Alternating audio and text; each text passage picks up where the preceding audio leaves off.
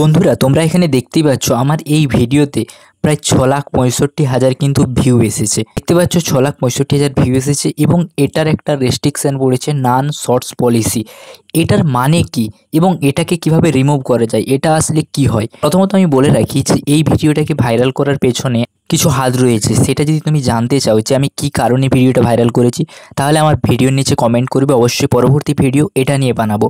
এরপরে যেটা বলবো সেটা হচ্ছে এটার মানেটা কি, নান শর্টস পলিসি।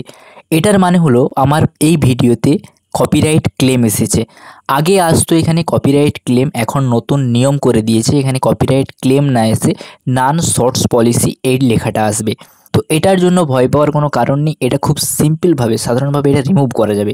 এর উপরে ক্লিক করবে, ক্লিক করার পরে নিচের দিকে দেখতে পাচ্ছ রিভিউ ইস্যু, সিম্পলি এই অপশানটার উপরে ক্লিক করে দেবে।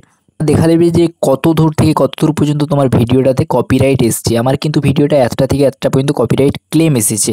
তো সিম্পলি এইটা ওঠানোর জন্য নিচের দিকে দেখতে পাচ্ছ যে অডিও বলে একটা অপশান রয়েছে, সিম্পলি এটার উপরে ক্লিক করবে। ক্লিক করার পরে এই অডিওটাকে আমাদের এখানে কিন্তু ইরেজ করার জন্য কোনো অপশান দিচ্ছে না, এটা ডিসপিউট করার জন্য অপশানটা দিচ্ছে।